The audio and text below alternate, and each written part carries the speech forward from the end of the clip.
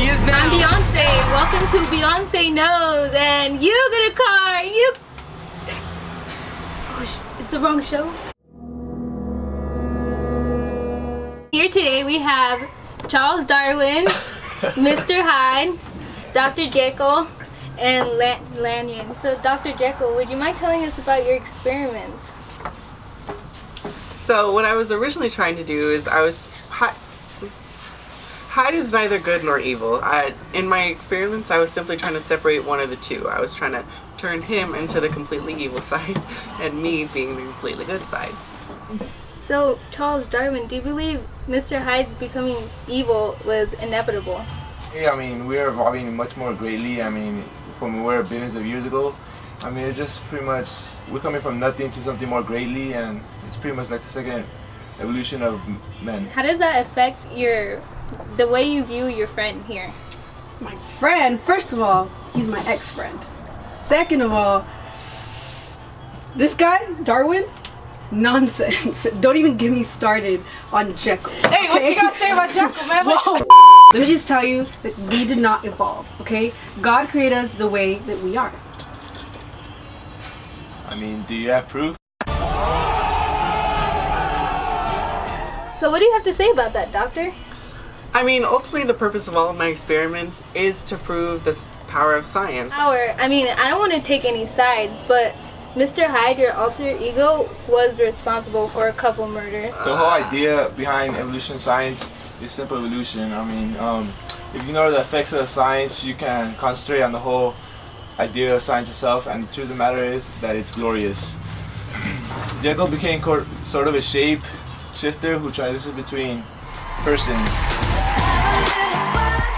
Here we're having a dance battle to see who's the better ego. Here on my right we have Mr. Hyde. On the left we have Dr. Jekyll. Clean fight. Go! Girl, I got a question for you. Can I get an answer? Yeah. Girl, I got a question for you. The winner!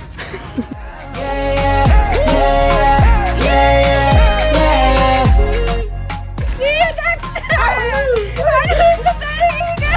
Welcome back to Beyonce Knows, and before the break, we went over some details of the strange case of Dr. Jekyll and Mr. Hyde. Sadly, Lanyon had to leave, but here to take his place is the lovely Queen Victoria. So, Queen Victoria, what would you say concerning the persona of Mr. Hyde? He's an abomination. He cannot be in my society.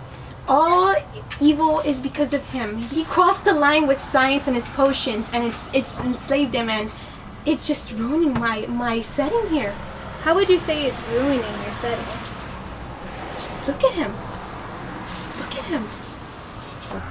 Thank you, Mr. Lanyon, Charles Darwin, Dr. Jekyll, and Mr. Hyde, and a special thanks to Queen Victoria for being here. Don't go yet. After this next break, we will be bringing out some new guests. So see you after the break.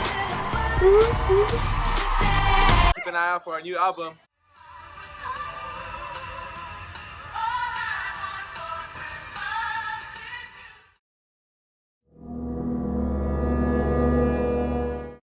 And we're back.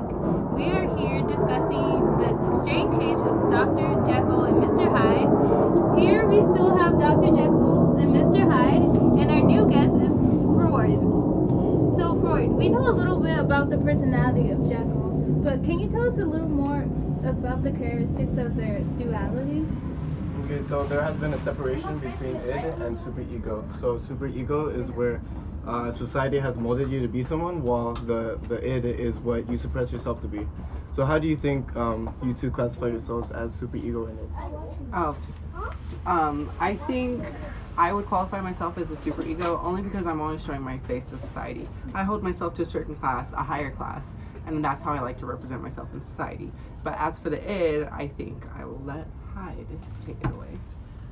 Well, excuse me, I am both the superego and the id, because even though I hold all the dark qualities and the qualities that people like to hold down inside their id, I am shown to the world, which I'm both. So, how do you feel about that opinion? I'm perfectly fine with that. I think she's qualified herself well, but I think the only problem is she's a murderer. Yeah. But We don't know that. I think, Actually, we do. yeah, we did know. We found out. Okay.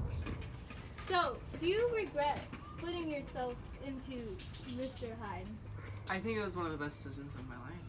I mean, I got to indulge in this new character, this evil character that I love so much, and I got to live with no consequences until the murder. That's all we have time for today, folks. But we want to give a special thanks to all our guests that came here today, and we'll see you next time on Beyonce Knows.